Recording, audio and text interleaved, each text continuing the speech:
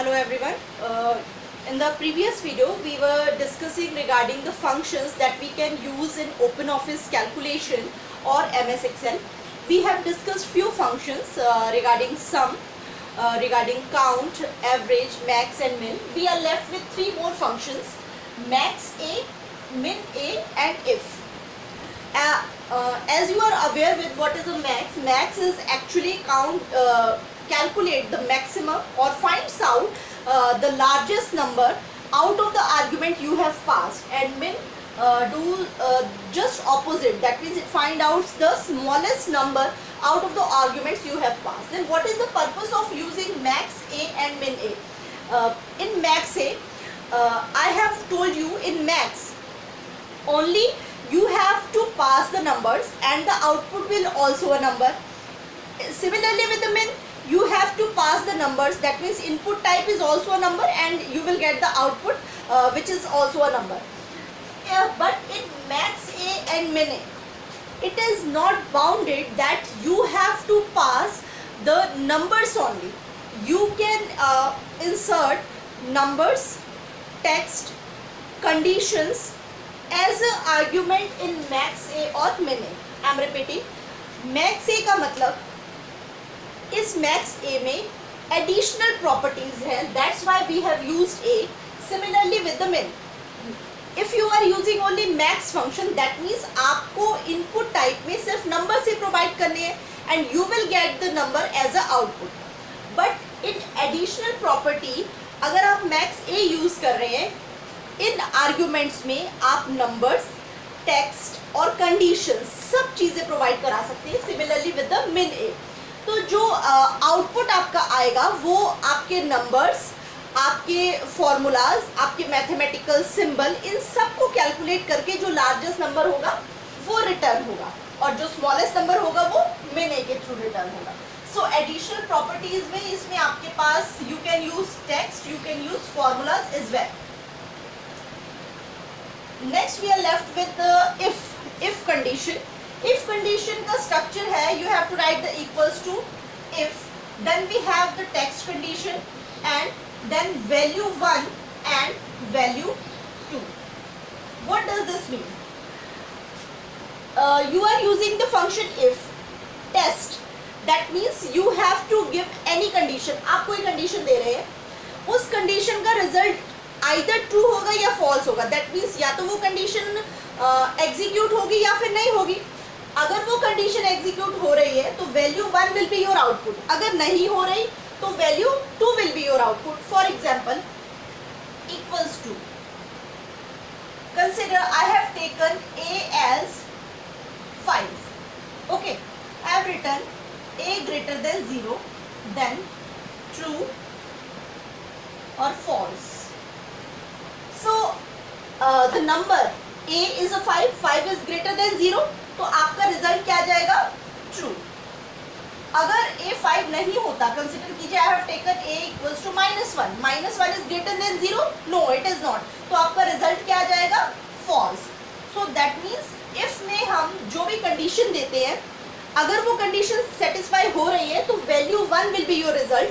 अगर सेटिस्फाई नहीं हो रही है तो value 2 will be your result. एक और एग्जांपल लेते हैं इसके लिए. Let's take equals to if percentage greater than 60, pass और fail.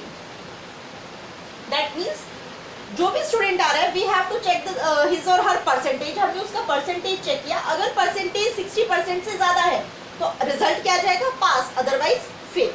So this is about if condition. if में हमारे पास condition और उसका output, मतलब question और answer दोनों provided होते हैं, but हमें condition के हिसाब से we have to check कि हमारा result क्या आएगा, whether it's a value 1 or value 2.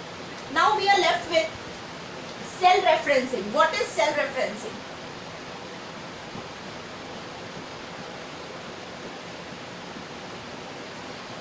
When I have told you regarding the terminologies, मैंने आपको वर्कशीट में सेल एड्रेस फाइंड आउट करना बताया था.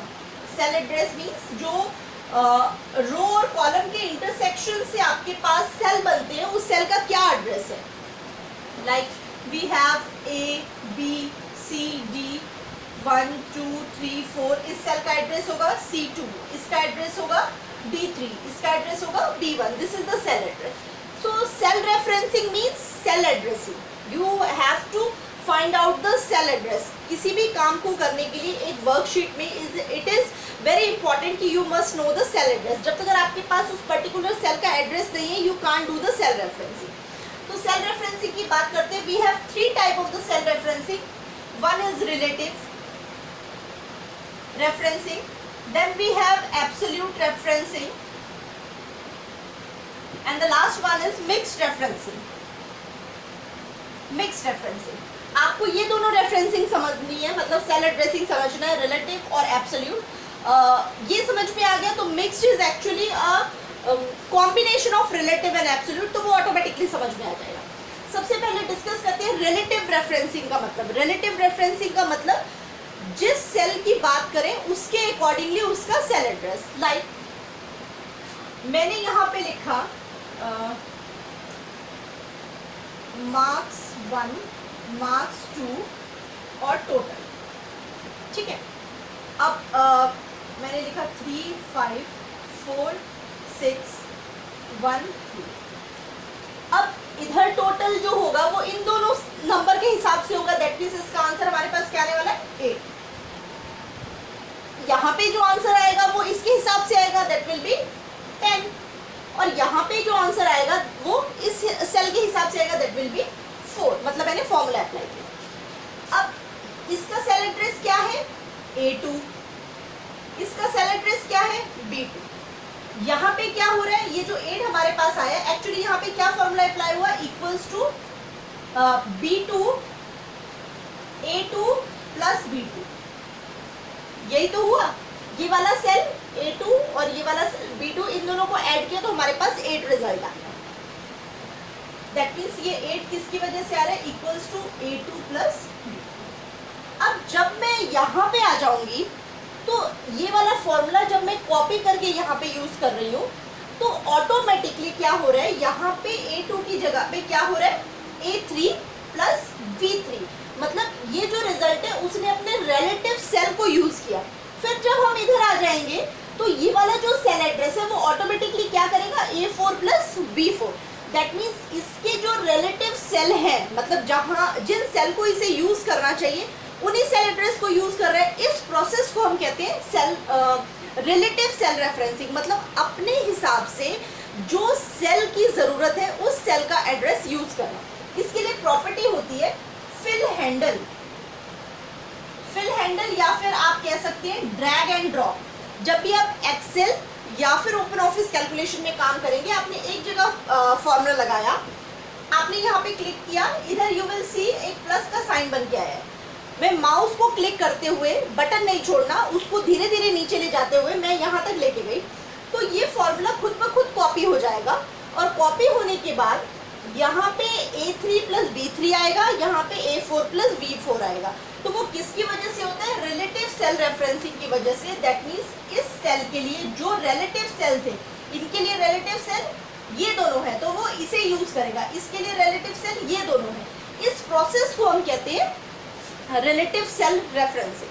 ठीक है.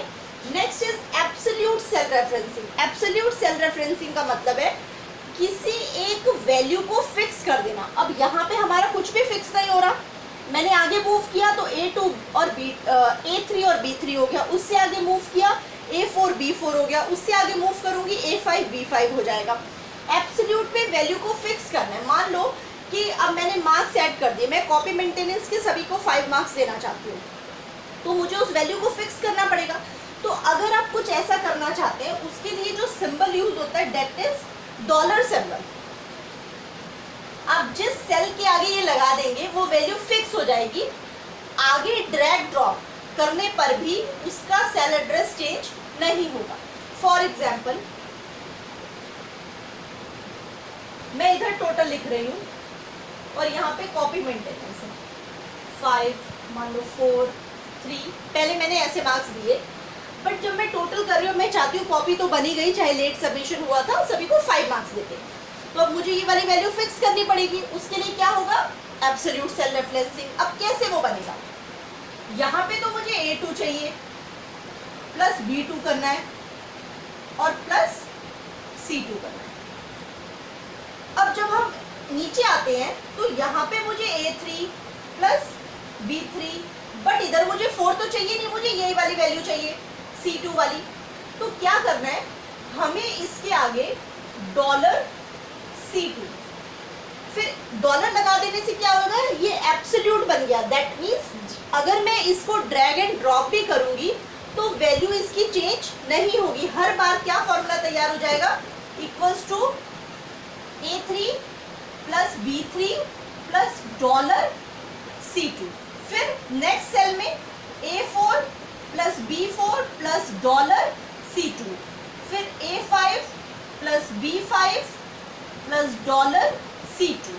तो इस प्रोसेस को हम कहते हैं एब्सोल्यूट सेल रेफरेंसिंग, जहां पे आप कुछ वैल्यूज को फिक्स कर देते हैं, सेल चेंज हो जाने के बावजूद भी उसकी वैल्यू चेंज नहीं होती।